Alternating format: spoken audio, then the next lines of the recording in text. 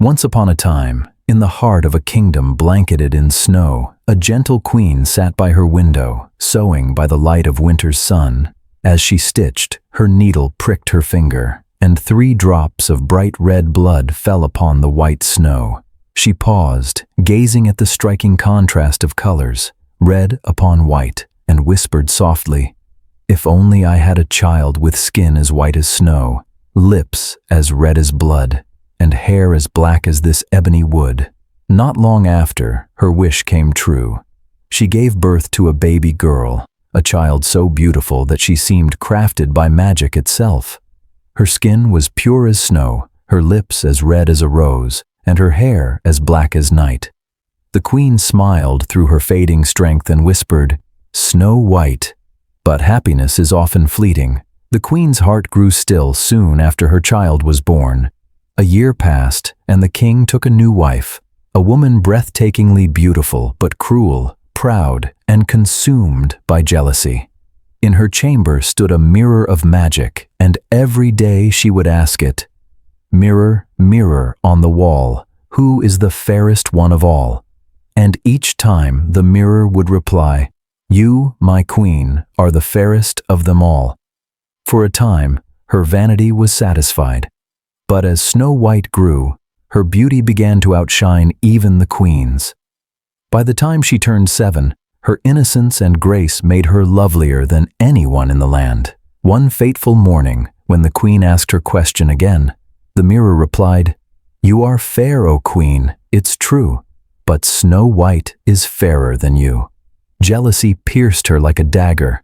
From that moment on, the queen's heart filled with hatred. Her envy burned so fiercely she could not bear to look at the child. Finally, she summoned a huntsman. "Take Snow White into the forest," she commanded coldly. "Kill her. Bring me her heart as proof." The huntsman obeyed, but as he raised his knife, Snow White's tears glistened like diamonds. "Please, kind sir, do not hurt me. Let me go. I promise I'll never return." The man's heart softened.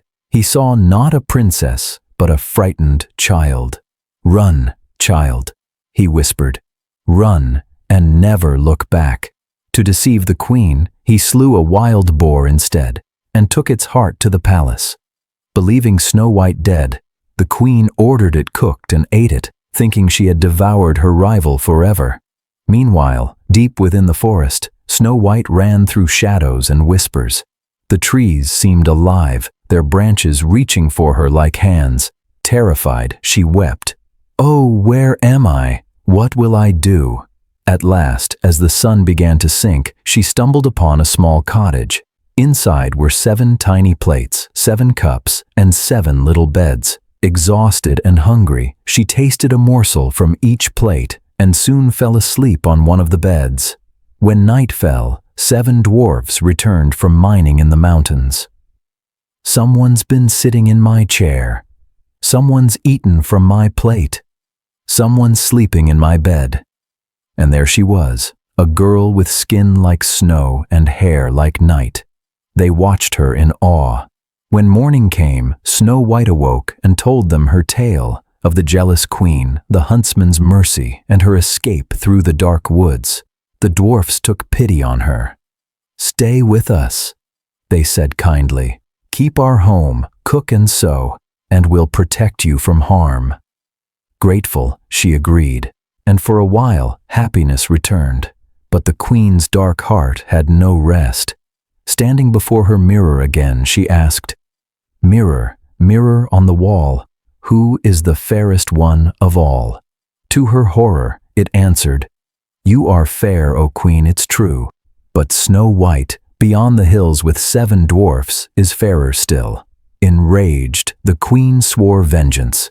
Disguising herself as an old peddler woman, she set out across the mountains. "Lovely laces for sale," she cried. Snow White, unsuspecting, let her in. The queen laced her bodice so tightly that she fainted. The dwarfs returned just in time to save her, cutting the laces free. "That was your stepmother," they warned. "Do not open the door again." But the queen's fury only grew. She returned a second time, this time with a poisoned comb. "Just look from your window, dear," she said. Snow White admired the comb, and when the woman offered to fix it in her hair, she agreed. The moment it touched her head, she collapsed once more. Again, the dwarfs found her and removed the poisoned comb, reviving her. "You must never let anyone in," they pleaded. Still, the queen would not give up. Her final trick was the deadliest of all, a beautiful red and white apple poisoned only on one side. Dressed as a farmer's wife, she knocked on the cottage door. "Delicious apples, fresh from the orchard. I cannot let anyone in," said Snow White. "Then I'll stay out here," said the woman. "You eat the red half, I'll eat the white." The moment Snow White bit the apple, she fell lifeless to the ground. The dwarfs could not wake her. For 3 days they wept, then placed her in a glass coffin upon the mountain. She lay there, beautiful and still, as if merely asleep. One day, a prince passed through the forest and saw her. Moved by her beauty, he begged the dwarfs, "Let me take her with me. I will honor her memory always." They agreed, but as his servants lifted the coffin, they stumbled, and the piece of poisoned apple was dislodged from her throat. Snow White's eyes fluttered open. "Where am I?" she whispered. "You're safe now," said the prince softly. "Will you come with me and be my queen?" Snow White smiled, and together they returned to his castle. Their wedding was grand and filled with joy. But even there the old queen could not resist one last glance in her mirror. Mirror, mirror on the wall, who is the fairest one of all? And the mirror answered, "You are fair, O queen, it's true, but the new queen is fairer than you." Consumed by rage, she went to the wedding, only to meet her fate. Her cruelty ended that day, and peace returned to the land.